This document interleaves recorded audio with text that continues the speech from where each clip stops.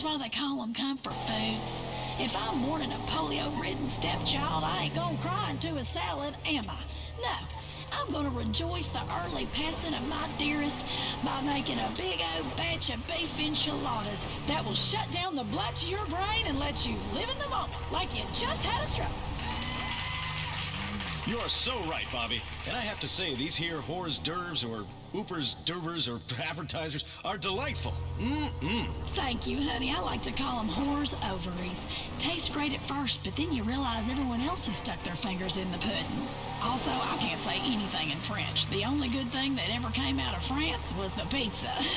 Ain't that the truth? Take back the Statue of Happiness. It's ugly. Got a face like a sour fish. She's just in a bad mood, isn't she? Speaking of French people, Jock, I want to talk to you about what you'll do about promiscuity in this country. You know, on this show, we preach abstinence. If you don't want a bun in the oven, honey, stick it in the smoker. I'm a big fan of sticking it in the smoker. Barbecue, tailgate parties, hell, I'd smoke anything. I teach my kids abstinence as well.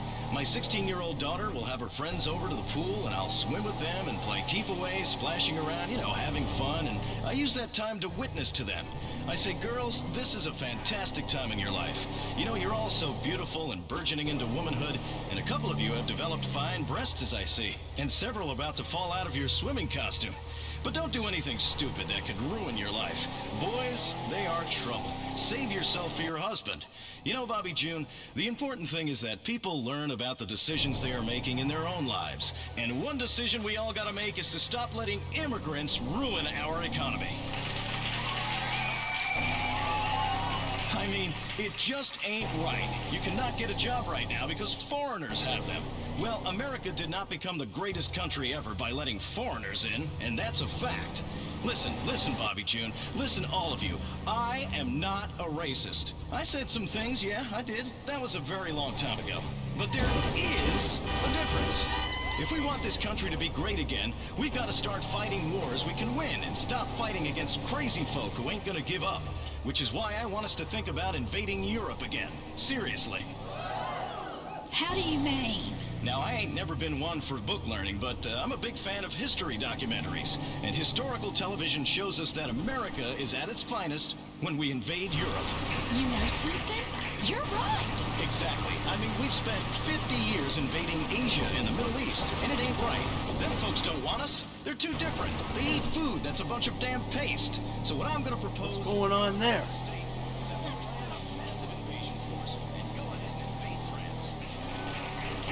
Because if there's one country we can beat in a goddamn arm wrestle, it's them limp-wristed, patronizing cheese monkeys. And I promise you this, I promise you, if Great Britain wants to stand in our way, I'll tell you what, we'll invade them too. Make them start speaking English and everything. USA! Now, I've seen a lot of movies, and how often is the world threatened by a creepy British guy? It's never an American, not never. So I'm saying, if we're serious about fighting terror, and I know we are, we go straight to the source and invade Great Britain. Finish off what old George started back in 1770, whenever it was. USA! USA! USA! That's how we're gonna win this war, Bobby June. That's how we can avenge them American lives, by killing every goddamn one of them bastards, pardon my French, because that's what love is all about. Honey, they love you, Jock. Bless your heart. Hell, I'll vote for you. You got my vote. Bobby June, let's talk about this election. It's really up to everybody to get out there and make a difference. You gotta do everything in your power to make sure we win. This is not a socialist country, it's not. This is America.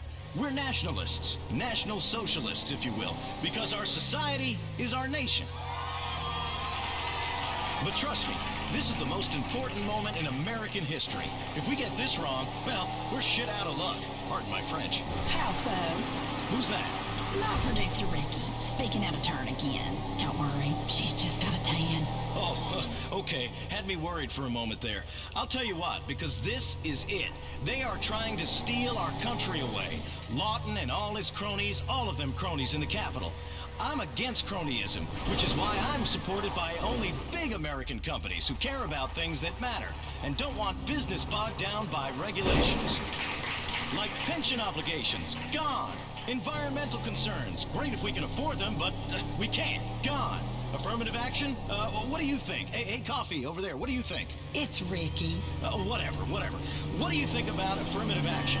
Hey, you ain't a Lebanon, is you? I mean, ain't nothing wrong with it. Some of my best friends was Lebanons, but it's unnatural and a sin. So affirmative action is gone. Having to hire foreigners is gone. Making schools accept minorities is gone. Subsidizing education is gone. Heck, education will be gone. That's why you gotta vote. It's real change. Change we want. Change back. Because I'm all about families, and families need children at home. Jock, I have to say, I loved your reality show where you were a police officer arresting people. That little boy sure was hollering when you hit him with that nightstick. You're real serious about crime. You made the tar out of him. These people ask for help. I give them handcuffs. They need a father figure. And what better figure than someone beating and sodomizing them with a nightclub? Well, watching you chase minorities with a police helicopter is a great night of family TV is what it is. You're speaking lots of sense, Jock, but all this politics has got me hungry. I reckon we should make some dessert together. What you think? Well, I just love that. Alrighty, let's see, what do we need? Sugar, frosting, a few egg yolks, ice cream, bit more ice cream, peanut butter, graham crackers, red hot, non-dairy topping, sprinkles, peach schnapps, bit of bacon, my favorite, cause he loves us. Full fat milk, heavy cream, cookie dough, and flour. Alright, we're gonna throw them all together, quick whisk. I love this already. What are we making? No, this is it, honey. It's done. After a hard day of couponing, we need simple recipes, and this one is real simple. Ain't that right, girls? I call it sweet and sticky stock car shrapnel surprise, cause it's like a fiery accidental flavor in your mouth. I love stock car racing. Finally, a sport that people like us can excel in and don't have some kid from the project showing off. Try a spoonful, honey. It's delicious. Oh, that could scare a gay man straight. It's fantastic. I know, and it's healthy, too. Makes you smile. All right, Ricky, honey, come here. Have a taste. I know it's your favorite. Oh, I can't, Bobby June. I'm watching my figure. Excuse me. Excuse me. Listen, I got the so-called diabetes. Them doctors said my arteries was like cement. I've had 3 strokes, and I am fine. Because I don't worry. It's the worry that'll kill you. Come on. Come on, girl. Now, come. Uh-huh, see? That ain't so bad, is it? Thanks for coming on the show, Jock, and we'll all vote for you in the election. Bless your heart, Bobby June. Bless your heart, Jock Cranley. Oh, you don't. Okay, our next guest is super exciting because she's a superstar. You've no doubt heard her songs. She's here to talk to us about adopting children from foreign countries and to sing her new song. Please welcome pop legend turned country western crooner, Samantha Muldoon. Girl, get in this kitchen right this minute. Thank you. Oh, you are so great. Thank you. Oh, you look fantastic, Bobby June. You like my new accent? Bless your heart, Samantha. I was wondering what that was. Well, my goodness, you look incredible in that dress. It's some kind of designer dress. Yes, it is. Thank you.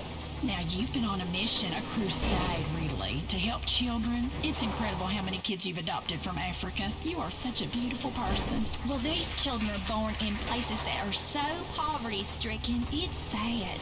We bring them to America so they can have a chance at a better life. Do any of them steal? What do you mean? You know, just wondering, that's all.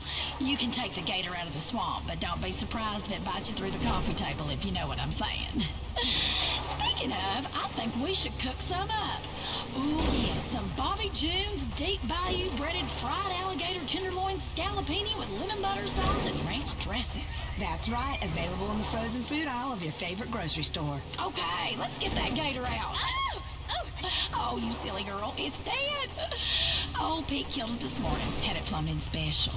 Now, you've had a tough few months, didn't you? Overdosed or something? Well, that was an accidental overdose. I accidentally drank an entire bottle of vodka and then ate a fistful of pills while sobbing. It was a total accident. It has nothing to do with my career meltdown or my recent breakup or how how I've changed my accent.